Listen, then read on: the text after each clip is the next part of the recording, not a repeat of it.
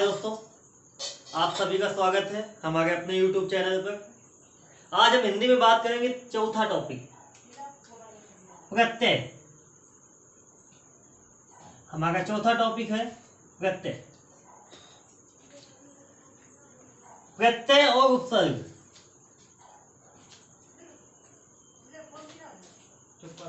यहां से आपके 2 नंबर कंप्लीट होंगे। आपको बहुत अच्छे से पढ़ना होगा और बहुत ध्यान से समझना होगा। बहुत छोटा टॉपिक है हमारा ये, ठीक है। तो आज हम पहला टॉपिक पढ़ेंगे प्रत्यय, और हमारी अगली जो क्लास होगी उसमें हम पढ़ेंगे उपसर्ग, ठीक है। तो चलिए देखते हैं प्रत्यय क्या होता है। ध्यान से देखिएगा। प्रत्यय प्रत्यय प्रत्यय 2 शब्दों से मिलकर बना होता है। कितने शब्दों से? 2 शब्दों से। इसके 2 शब्द कौन कौन से? प्रति और अय, ठीक है। जो प्रत्यय है हमारा वो 2 शब्दों से मिलकर बना होता है। एक होता है प्रति और दूसरा होता है अय, ठीक है। अब देखिए, प्रति और अय दोनों के मतलब अलग अलग होते हैं। अगर हम इनका मतलब जान लेंगे तो हमें प्रत्यय समझ में आ जाएगा कि प्रत्यय क्या होता है, ठीक है। तो चलिए देखते हैं। तो प्रति का मतलब होता है बेटा, प्रति का मतलब होता है साथ में,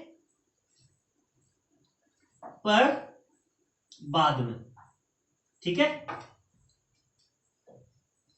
प्रत्यय का मतलब होता है प्रति का, प्रत्यय में प्रति का मतलब होता है साथ में, पर, बाद में। और अय का मतलब होता है बउआ चलने वाला। क्या होता है? चलने वाला, ठीक है। प्रत्यय 2 शब्दों से मिलकर बना है, प्रति और अय। जहां पर प्रति का मतलब होता है साथ में, पर, बाद में, और अय का मतलब होता है चलने वाला। तो इसकी परिभाषा क्या निकलेगी प्रत्यय की? तो जो प्रत्यय होता है, क्या होता है? प्रत्यय। इसकी परिभाषा क्या निकलेगी?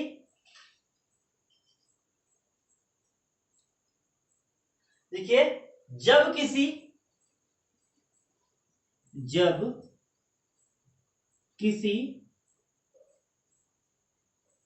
शब्द के अंत में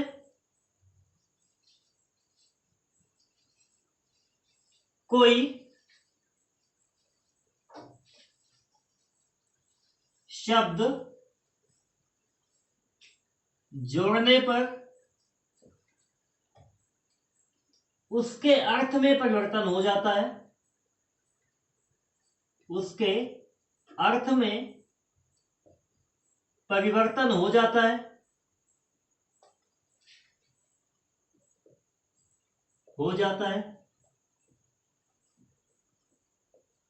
उसे क्या कहते हैं? प्रत्यय कहते हैं।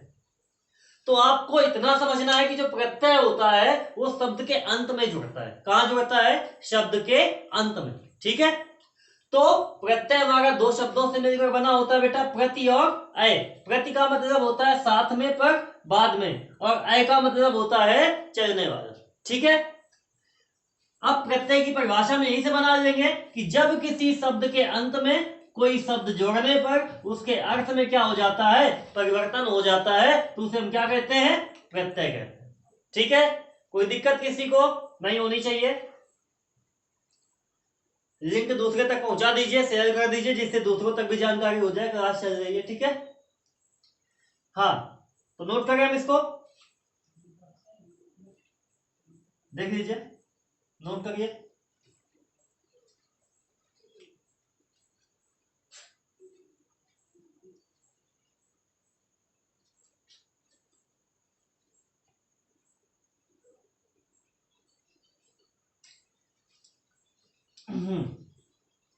अब हम देख लीजिए, हम आपको 2-4 उदाहरण बता देते हैं यहां से प्रत्यय का। इधर हम लिखेंगे प्रत्यय, और इधर लिख देंगे बेटा निर्मित शब्द,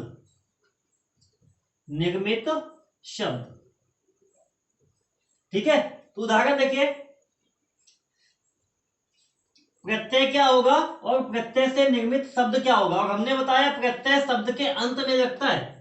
जैसे आपने आई सुना है, आई। अब आई से कोई प्रत्यय देखिए, जैसे उदाहरण में मैं बता दूं, लिखाई, पढ़ाई, सुनाई, दिखाई,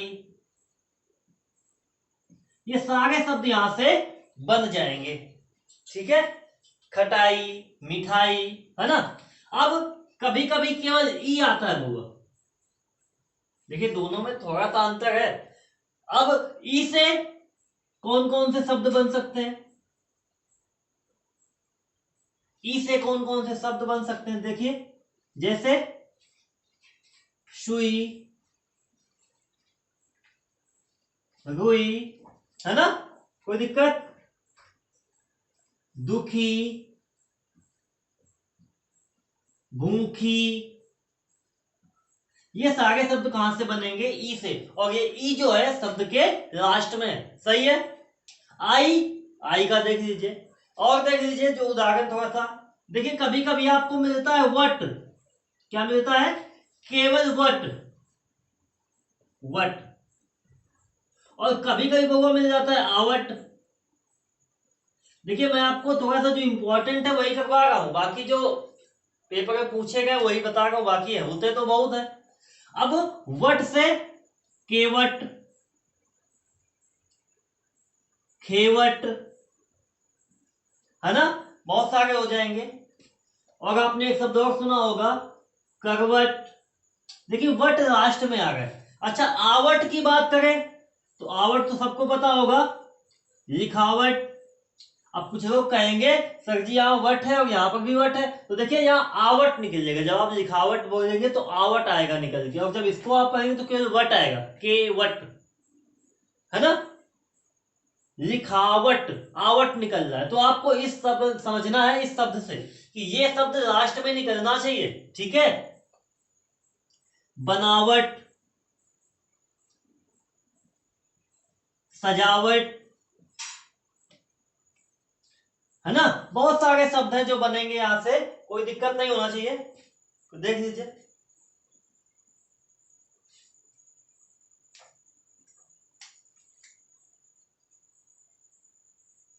और जैसे मैं आपको बता दूं, जैसे आवा,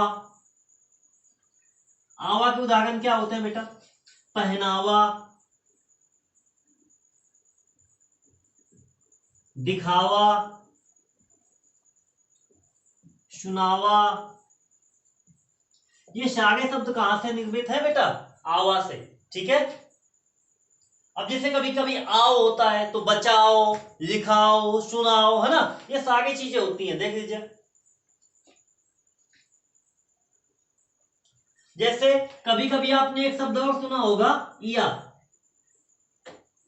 इया। तो इया के लिए जैसे देख लीजिए, बिटिया, सुना है, कनपुगिया, सही है, बुगिया, लुटिया, है ना, ये सारे शब्द होते हैं। जैसे कभी कभी आपने सुना होगा तू,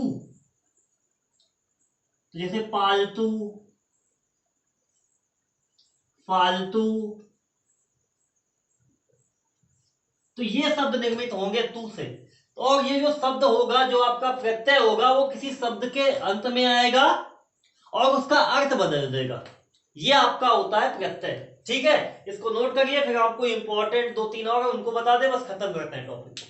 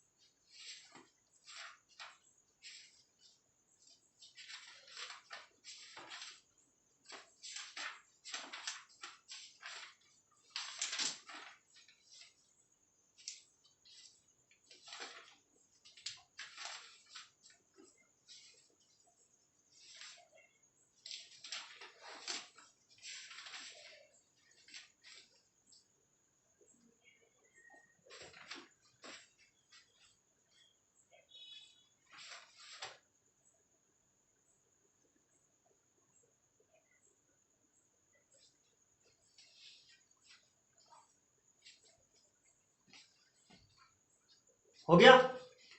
चलिए देखते हैं आगे।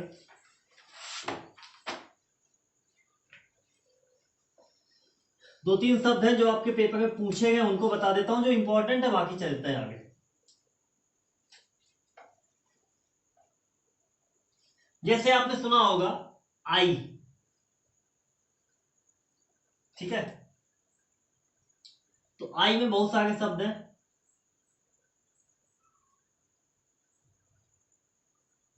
ठकुराई, है ना, पंडिताई,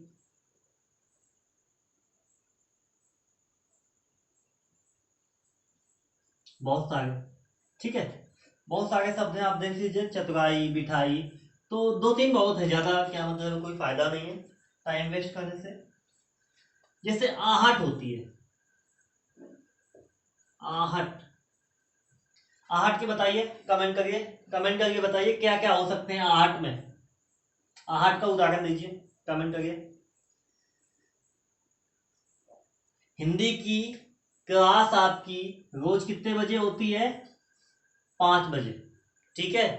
और जो आपकी मॉडर्न हिस्ट्री की क्लास स्टार्ट की है मैंने, वो आपकी क्लास है आपकी 2 बजे। आपको परमानेंट 2 बजे आपके चैनल पे, अगर आपने हमारे चैनल को सब्सक्राइब किया है, तो नेट 2 बजे आपके पास मॉडर्न हिस्ट्री का नोटिफिकेशन आएगा, और नेट 5 बजे आपके पास हिंदी का नोटिफिकेशन आएगा। आपके पास अगर चैनल सब्सक्राइब नहीं है, उसे सब्सक्राइब करें और दूसरों तक भी पहुंचाएं, उनका भी कुछ भला हो जाए। लॉकडाउन में देख ही रहे हैं, लॉकडाउन है, ठीक है। तो देख लीजिए आहट की बात करते हैं, तो आहट में देख लीजिए जैसे चिकनाहट, चिकनाहट, ठीक है, देख लीजिए। जैसे कभी कभी आपने सुना होगा आइन, आइन, तो आइन से देख लीजिए क्या हो जाएगा? ठकुराइन, पंडिताइन। तो ये जो शब्द है आइन, देख लीजिए यहाँ पे शब्द हमारा प्रत्यय है आइन, और जब हम इस शब्द को बोल देंगे तो ये शब्द हमारा निकल के आता है, वो भी शब्द के अंत में। तो हमने आपको प्रत्यय बताया है, प्रत्यय क्या होता है? किसी शब्द के अंत में जुड़कर उसका अर्थ क्या कर देता है? परिवर्तन कर देता है। अगर आपने इसको ध्यान से समझ लिया तो आपका 1 नंबर हर एग्जाम में पक्का है। कोई भी एग्जाम है जिसमें हिंदी आती है, प्रत्यय और उपसर्ग दोनों 1-1 नंबर की कंफर्म है, ठीक है। चलिए ठीक है, आज की क्लास यही खत्म होती है। कल मिलते हैं अपने टाइम पे। सभी लोग मेहनत करिए, पढ़ते रहिए और चैनल को सब्सक्राइब करते रहिए। ओके, धन्यवाद।